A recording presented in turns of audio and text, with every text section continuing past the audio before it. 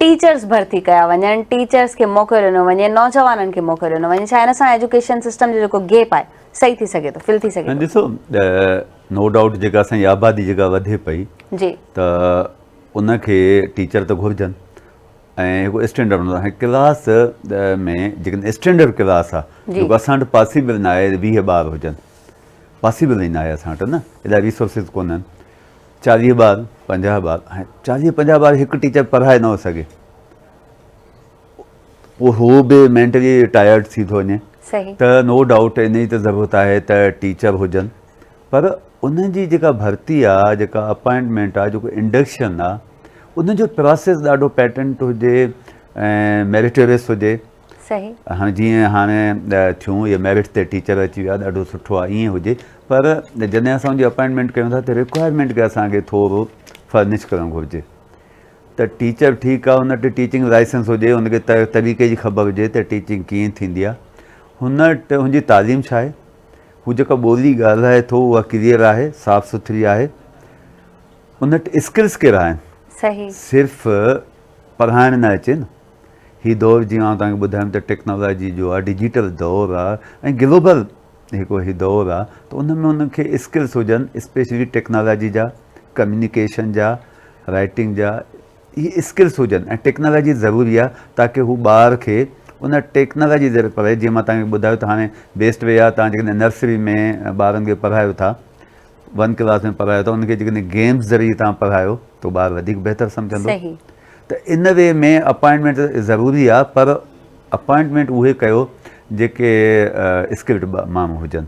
ॿियो जेको गेप आहे, हिकु त इहो त नो डाउट आहे, ॿियो इहो आहे कनेक्टिविटी कीअं आहे। सही, हाणे इन्हनि खे छा जेको डिस्ट्रिक्ट एजुकेशन ऑफिसर आहे उनजो मॉनिटरिंग सिस्टम छा आहे, डिवीज़नल जेके असांजा ऑफिसर्स आहिनि उन्हनि जो मॉनिटरिंग सिस्टम छा आहे, ऐं छा हेड मास्टर एतिरो स्किल्ड आहे, पावरफुल आहे त उन्हनि टीचर्स खे कंट्रोल करे थो, एडमिनिस्ट्रेशन हुनजी कीअं आहे, हू हुनजी पंक्चुअलिटी केतिरी आहे, टीचर पंक्चुअल केतिरा आहिनि। त हिन सुठो इहो आहे, जीअं मां तव्हांखे शुरू में बि चयो त सोलर सिस्टम ई कनि ऐं बायोमेट्रिक्स ते अचनि। जी, बायोमेट्रिक्स उहो इन लाइ न हुजे, बायोमेट्रिक्स ॾिसो न, उहा अटेंडेंस लाइ आहे ऐं पोइ हुनजा बि वॾा सिलसिला मशहूरु थिया, सभु थिया एनीवे।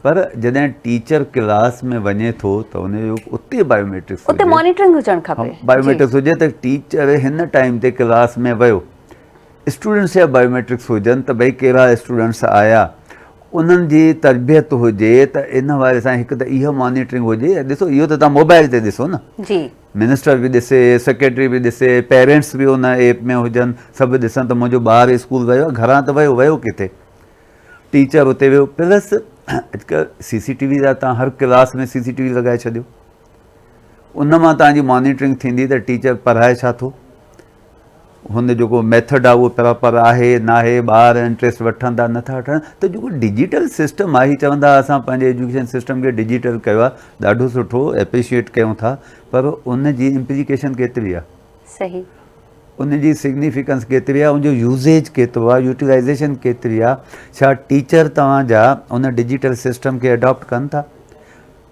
जिन लाइ तव्हां कयो आहे उन्हनि खे उहे सिस्टम्स अचनि था।